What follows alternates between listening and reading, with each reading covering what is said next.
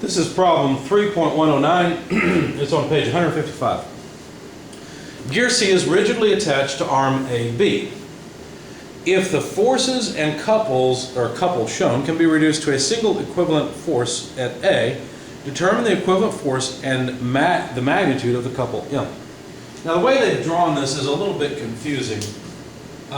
There's a gear which I'll just represent as a circle, and there's an arm rigidly attached to it. So it's not really a separate body, it's all connected together. It's not grounded, it can move, but it rotates about A. The loads that are actually applied are three force loads. One load comes back something like this with 18 pounds. Another load comes straight down with magnitude 40 pounds. And the final load is kicked out a little bit like this at 25 pounds. Now, the particular angles that are given, and some of the dimensions I'll write next. We look at a vertical line, this angle is a 30-degree angle. This is straight down, so parallel to vertical. And then off of horizontal, there's a 40-degree angle in here for that last load. So what they're asking is, if you move all of these forces to A and figure out the moment of these forces, what's the equivalent loading? So basically, if I draw a moment here, they went ahead and put a moment on the figure as if there was some moment already applied, but that's not what they mean. They want us to calculate the moment of these forces about A and the equivalent force as well. So the equivalent moment, equivalent force. Now I've drawn the force as a bent line arrow, indicating I don't know the direction of it yet. A bit more geometry information or dimensions.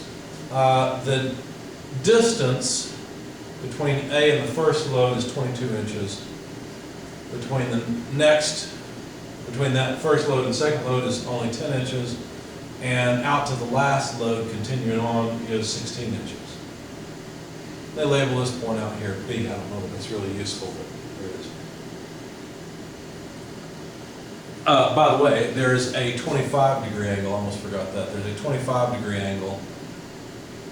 That's too small. Let's put it in here. 25-degree angle of the arm relative to horizontal. Okay? Now, as far as moments are concerned, moments of forces are concerned, what really matters is the component of the force perpendicular to the moment arm. So what I mean by that, I need the component of this 40-pound force, this piece, times its moment arm, which is the distance from A to where that load is applied.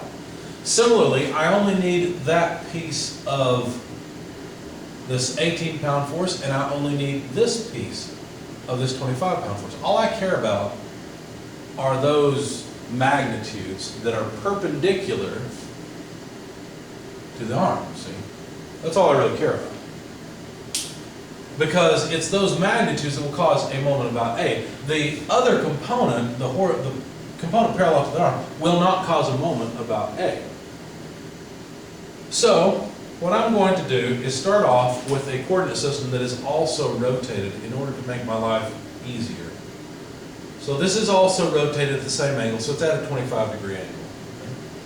And then all I'm going to do is figure out the equivalent force by summing forces in the horizontal direction. So if I look at this 18-pound load, what's the angle from that load up to the line perpendicular to my 25-degree line? Well, obviously it's obliterated it, but it's, what was it, 30 degrees? 30 degrees to get from here to here, and then 25 more degrees to get there. So I'll take, let's see, that's in the, oh wait a second, no, I'm doing the X direction. So, well, let's take care of the Y direction first. That will probably make a little more sense. That's what I was just talking about. So dealing with this vertical distance, summing forces in the Y direction. There's obviously a negative component. So negative 18, and how do I get this side? Well, like I said, we got 30 degrees plus 25. That's 55 degrees. And this side touches the angle, so that's the cosine function. So I'll have cosine of, and to be clear, 30 degrees plus 25 degrees. Okay, that just gives me this piece, right? Next, I'll move on to the 40-pound load. Well, the 40-pound load is straight down, so the angle between it and here is just 25 degrees, right? So, since it acts in the negative y direction generally, I'll say minus 40 pounds times cosine of 25 degrees. Okay. That's this piece. That's what this term here represents. Finally, this very last piece that I really care about, for the sake of the moment, that piece, well, let's see, we got 40 degrees to horizontal. So I've got to figure out the angle in here. And what I actually did is I figured out this interior angle, because a horizontal line here would give me opposite interior angle. So I'd have 40 degrees here plus 25 degrees. And I think I did that right. I should probably extract that triangle and double check myself. Let's see, I need a better angle than that. Something like this. So 25 pounds is over here. We know we have a 40-degree angle because that's what's given there. What else do we know? Well, let's see. If we look at a vertical line, well, because this line is perpendicular to here and this line is perpendicular to here, they have the same angle. So there's a 25-degree angle there for sure.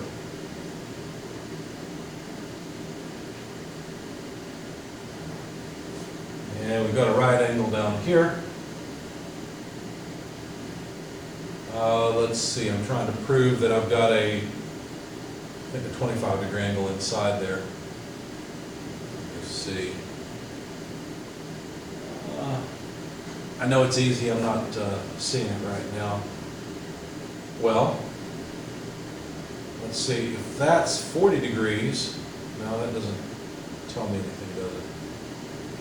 Well, no, wait a second.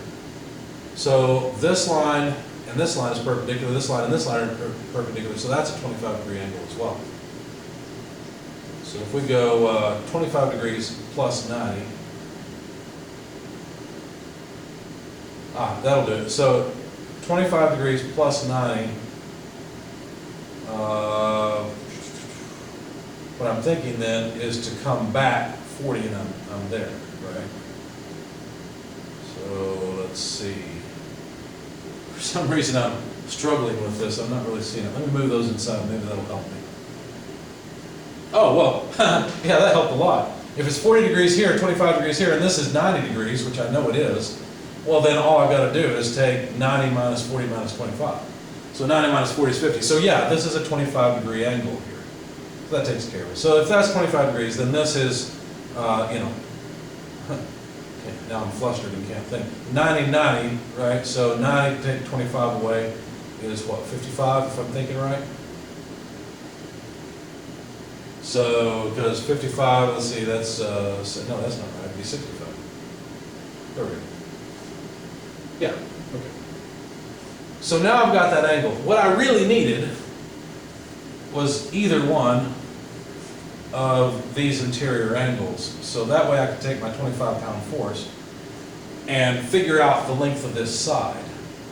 Now, the way I did it in my notes, I took minus 25, so breaking up this into components, I just need this side, right? That's all I need. That's what I'm interested in right now. So to do that, I used this angle. I used 40 plus 25 because that made sense to me at the time. I figured out this had to be 40 plus 25 to get from here to here, but probably could figure that out some other way. But if I'm using this angle, then this side is opposite, so that's a sine relationship, and that's just what I did. So 20 degrees plus, no, 25 degrees plus 40 degrees. Okay, so that's the sum of the forces. Notice they're not balanced forces, but those are all the forces in the y direction. So plug all that into your calculator, and you get about negative 69.23 4 pounds force. Now, summing forces in the x direction is pretty easy once you've got this. Notice that the 18-pound force, in fact, let me use another color to make this very clear. The 18-pound force will give us a component in the negative x direction. So I'll just write negative 18. Instead of using cosine, I'll just use sine, because of course it's just going to be the opposite side. And 30 plus 25 is 55 degrees. To make it clear, I'll just write 30 degrees plus 25 degrees to make it all match. So that's this piece. This piece of the force, the 40-pound force, acts in the negative x direction. So minus 40 times cosine, well not cosine, I gotta switch it, it's sine of 25 degrees. It's going to be the other side because that's opposite the angle. Then the last term, notice this has a positive x component, so I will write plus 25 multiplied by the opposite side, so cosine of 25 degrees plus 40 degrees.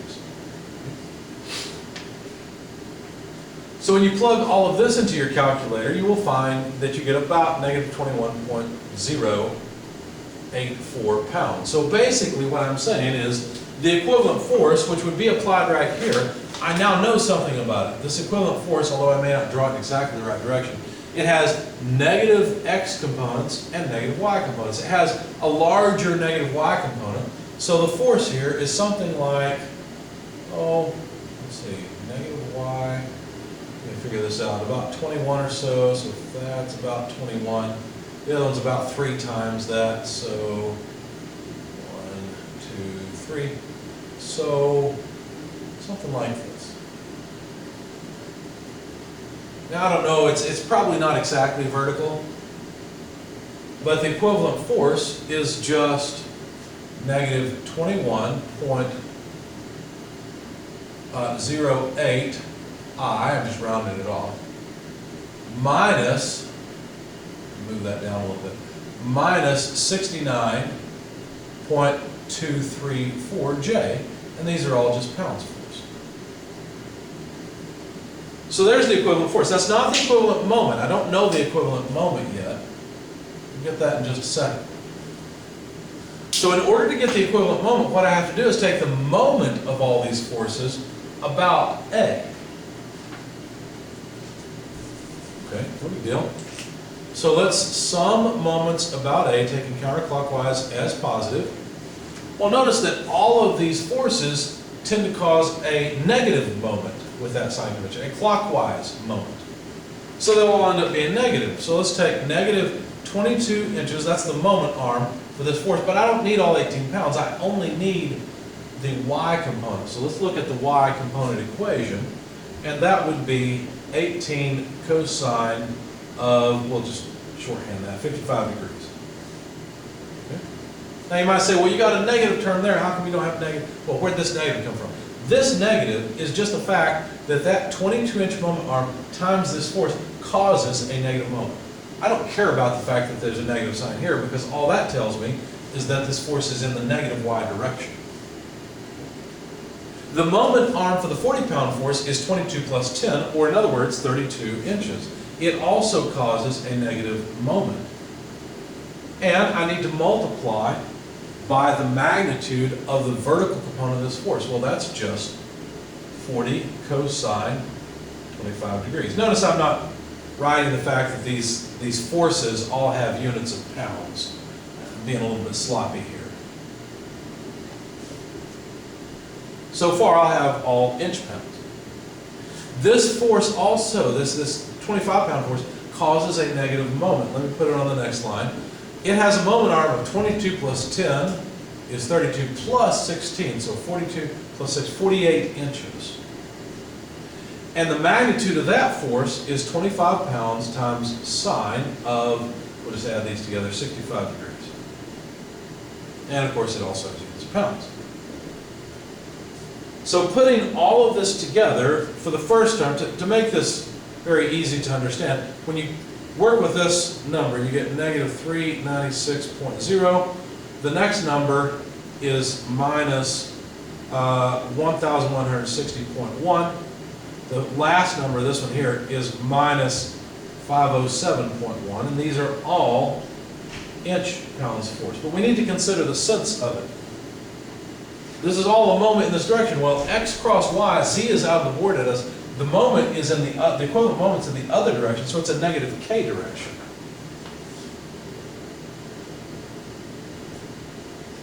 Put all this together, and you'll find then that the equivalent moment is negative 2,063.2 k inch-pounds force.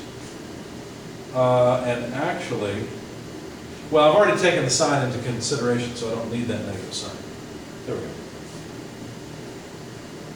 It's definitely in the negative k direction. And the equivalent force is, as I've drawn, or I've written here.